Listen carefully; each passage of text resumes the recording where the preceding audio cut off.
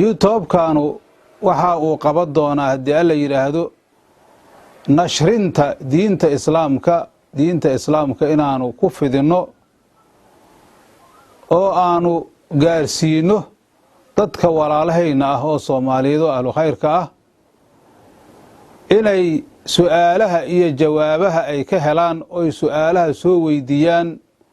wixii ishkaal uu ka galo ilaahay wuxuu naga fahamsiiyay aanu jawaabta ugu celinno ayaanu doonaynaa bismillaahir rahmaanir rahiim alxamdulillaahi rabbil caalamiin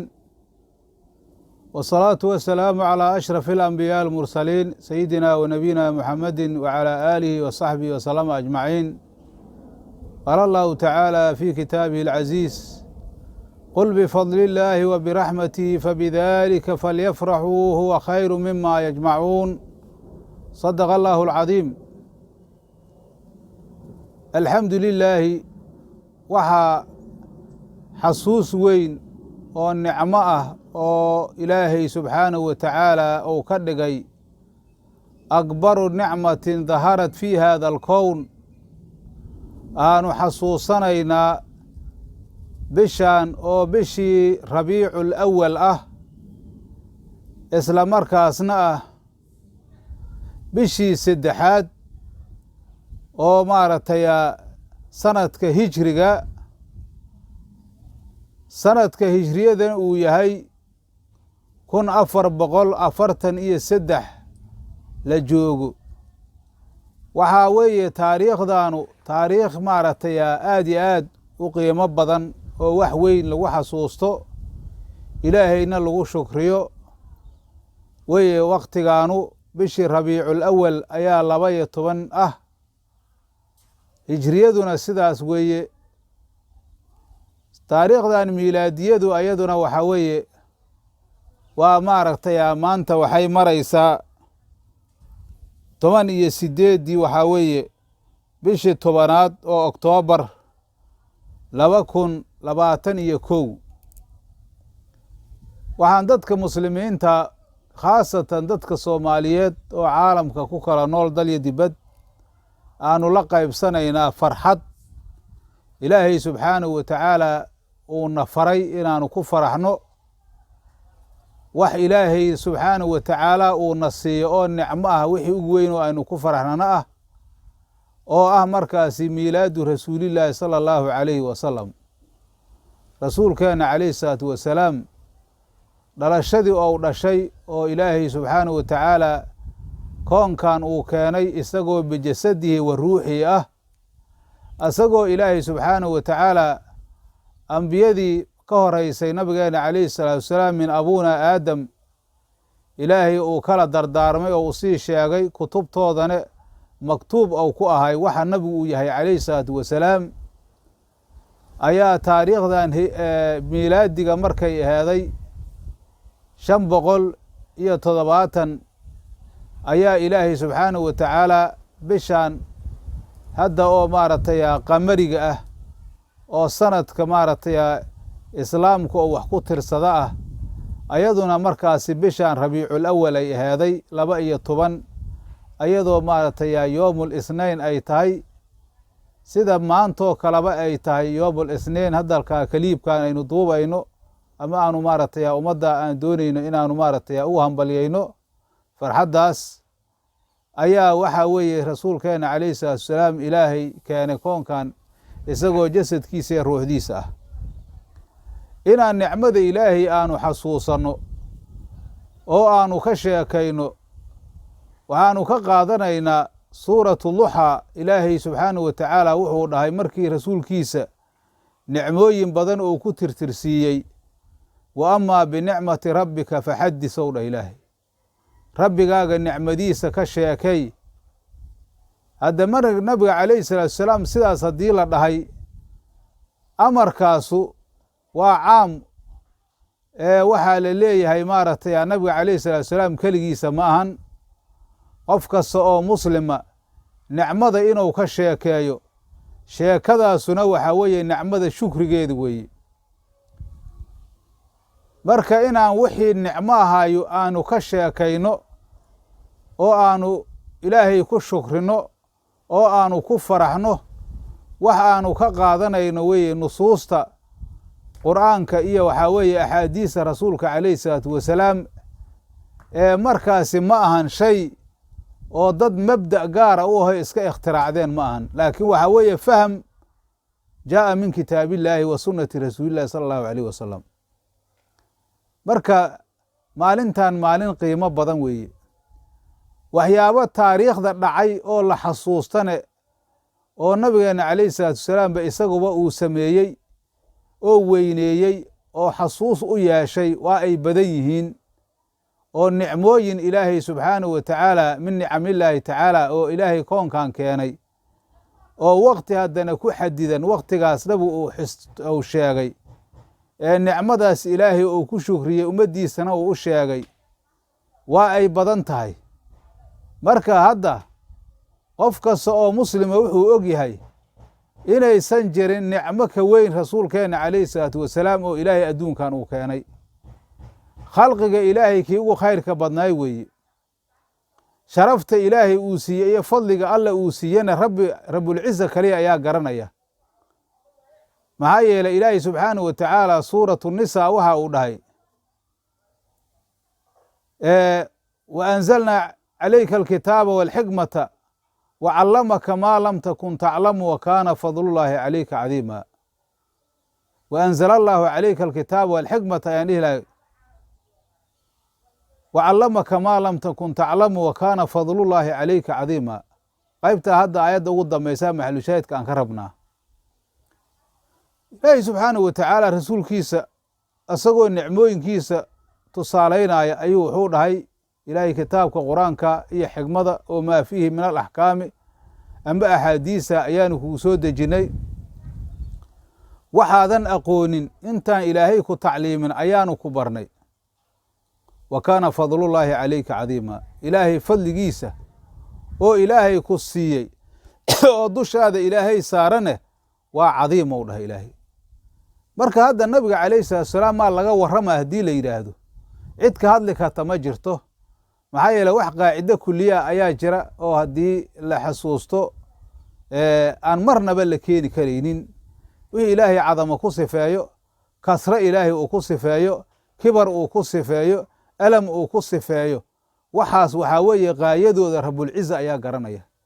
marka rasuulka calayhi salaatu wasalaam ilaahay abuuray kaliya ayaa gara kara, wax makhluuqa uu fahmi kara maahan. markaa dee annagu waxaanu u sheekayhayno oon u xasuusanayno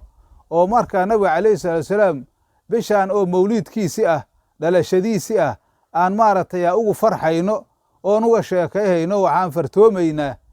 fahamka ilaahay subxaanahu wa tacaala kitaabka iyo sunnada uu naga siiyey oo nabiga calayhi salaatu wasalaam jaanibkiisana laka faray ayaanu fartoomaynaa. marka haddee waa kaas aho ilaahay subxaanahu wa tacaala fadliga ilaahay uu siiye nabiga waa mid cadiima, cid fahmi karta ma jirto. wixii aynu garanayno iyo intii aan maaragtay annagoo ay naga tahay shukri ayaanu la imaanaynaa. waxaana weeye haddii nicmada lagu shukriyo ilaahay waa siyaadinayaa oo ilaahay ballamuu ku qaaday. haddii lagu kufriyana ilaahay subxaanahu wa tacaala cadaab oo maaragtay adag ayuu ilaahay ballan qaaday. rasuulkeenna calayhi salaatu wasalaam akbaru nicmatin daharat fii hada alkown weeye. waa nicmo ilaahay midda uuna siiyey oo annaga ilaahay uuna siiyey haddaanahay ummaddiisii oo nicmada ugu weyn weeye rasuulka calayhi salaam. taas cid shakinaysa ma jirto. nicmadana hadda waxaa weeye in la sheego. ilaahay baa qur-aanka ku sheego wa amaa binicmati rabbika faxadisow dhahay. rabbigaaga nicmadiisa ku shukriyow dhah ilaahay ka sheekay. sheekaduna waa shukriga weeye. saasaa macnuhu isugu tegayaan. waana idiin siyaadinayaa. marka hadda qofkii nabiga ka sheekeeya, nabiga maxabadiisu ay ku weyn tahay, waxaa u badanaya wax kastoo xikmad ah, wax kastoo cilmi ah, wax kastoo fadli ah fi dunyaa waalaakhirati ayuu helayaa. calaashaan waxaa weeye nicmadii oo ku shukriyey. marka hadda intaan ummatul maxamedu waxaa weeye nabiga waa la jecel yahay rasuulka calayhi salatu wasalaam, maxabadiisuna waa waajib. laakiin inaan maalintan xasuusanno wax mustaxsan oo aad iyo aad u wanaagsan weeye, oon si gaara aanu maaragtay u xasuusanno mustaxsan weeye. maxaa yeele nabigeena calayhi salatu wasalaam dhalashadiisa asaga ayaa ka warramay. haddii la yidhaahdo yaa ka sheekeeye oo si khaasa maalinta uu dhashay u sheegay.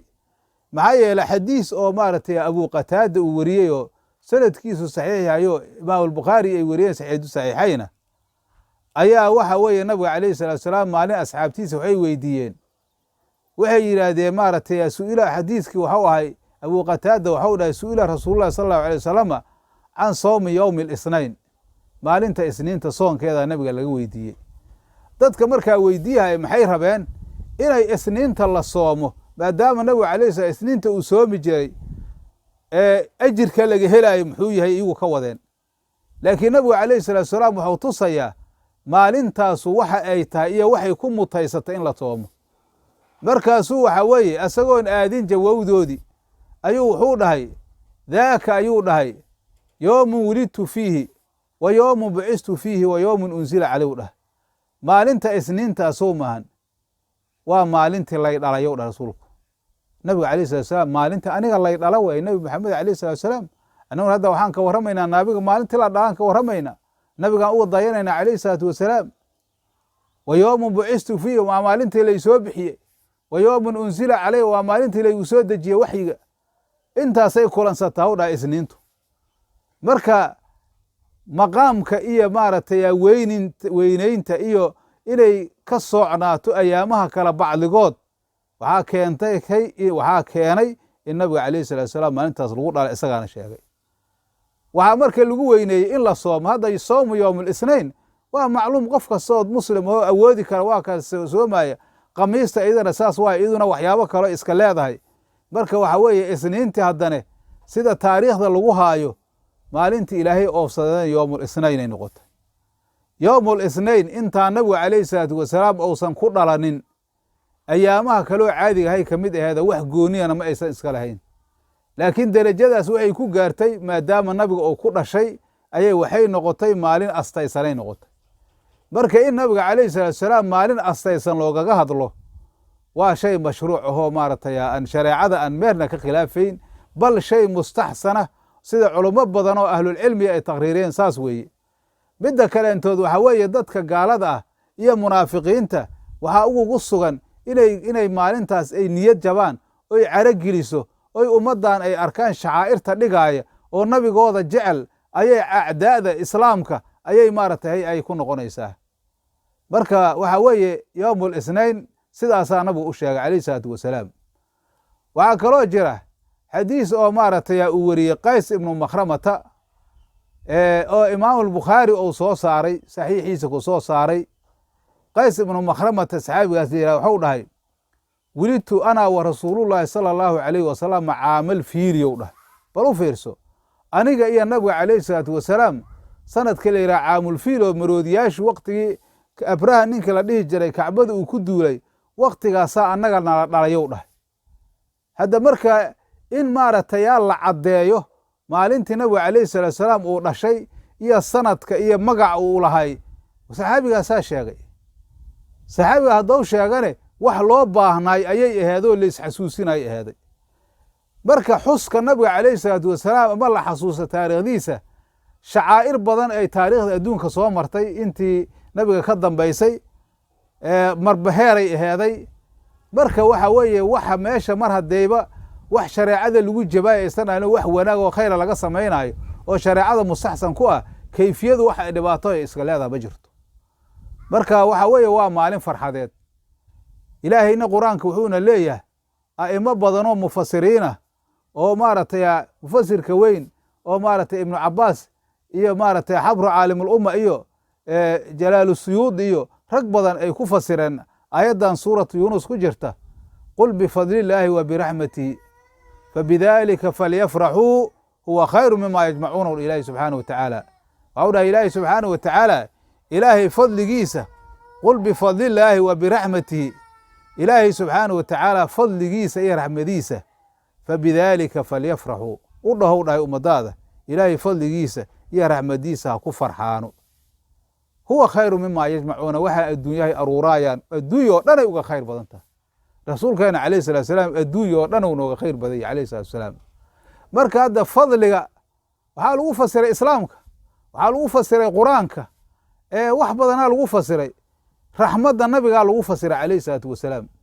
oo lagu farxaayo. maxaa yeele nabiga calayhi salatu wasalaam qur-aanka aayad kale ilaahay wuxuu leeyahay, wamaa arsalnaaka ilaa raxmatan lilcaalamiina nebi maxamedow kuma dirin ilaa adigoo caalamiinta naxariis u ah mooye caalamkanoo dhammuu raxmad u yahay marka nebigu waa raxmad asaguna wuxuu dhahay anaa raxmatun muhdaah aniga waxaana naxariis ilaahay soo hadiyeyaan ah marka hadde in maalintaasu saas xasuus ku yeelato oo ummaddana loo sheego oo nabiga waxuu ahaa iyo taariikhdaas wixii dhacay la xasuusiyo oy cilmi ahaan u qaataan waa shay maaragtay oo aad iyo aad maaragtay muhiim u ah waa shay aad iyo aad mustaxsan u wanaagsan oo u khayra waaye marka waxa weeye maalintaanoo kale inaan maaragtay alxamdu lilaahi naxariista ilaahayna aan rajayno maadaama rasuulkeenu raxmo uu yahay gaal iyo muslimaa weliba haysta oo ku raaxaysta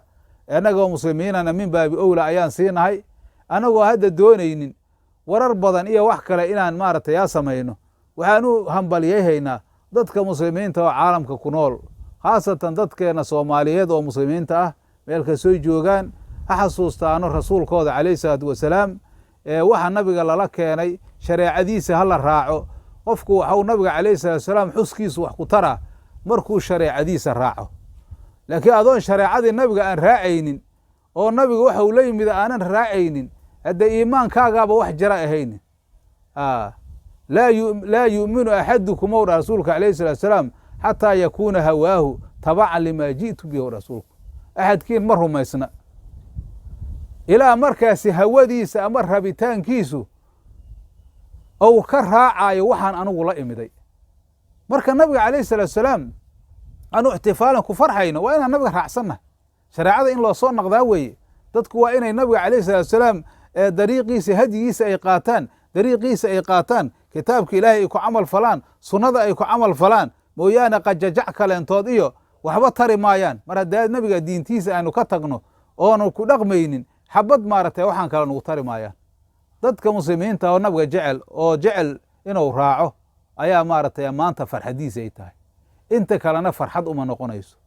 marka in sha allahu tacaala waxaan macnaha la wadaagaynaa dadka muslimiinta oo caalamka jooga khaasatan dadkeena soomaaliyeed inay maanta farxaan inay isku soo noqdaan cadaawada iyo xaqdiga iyo xasadka iyo maaragtay waxyaabaha nabiga lagu khilaafayo oo maaragtay casabiyadu soomaaligu xoog badan tahay iyo dadkan islaynaayo oo maalin walba maaragtay xabadaha isu sita waxa weeye nabigooda ha xasuustaano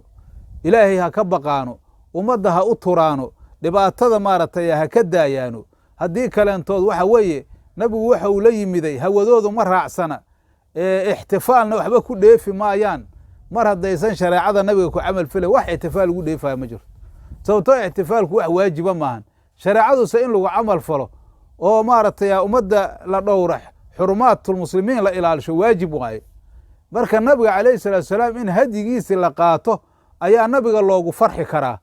marka si kaleentood farxad noqon mayso marka in sha allahu tacaala waxaan rajayhaynaa inaan maaragtay soo dhoweyno oon ku faraxno maalintan maaragtay rabiicul awal 12 bishu ay tahay iyo intii ka sii dambaysaba mar walba weeye laakiin si khaasa inaan maaragtay xasuus ugu lahaano nicmadaas ilaahayna aanu ka sheekayno ayaanu kaga baahan yahay nabiga calayhi salaatu wasalaam zaminka ayaa ku khayroobay wax kastaa ku khayroobay waqtigii ilaahay uu soo bixiyey xadiiskii abu hurayra uu warinaayey oo maaragtay oo warinaayey imaam albukhaari ku soo saaray saxiixiisa waa tow dhaha rasuulkeena calayhi salaatu wasalaam bucistu min khayri quruuni bani aadama qarnan faqarnan xataa kuntu min alqarni aladii kuntu fiihi rasuulku quruunta bani aadamka min abuuna aadam adduunkan lisay qarnigu waa 100 sano sida raajixa dad baana mar walba joogay quruunta bani aadamka ku soo noolaay ayuu dhaha rasuulka calayhi salatu wasalaam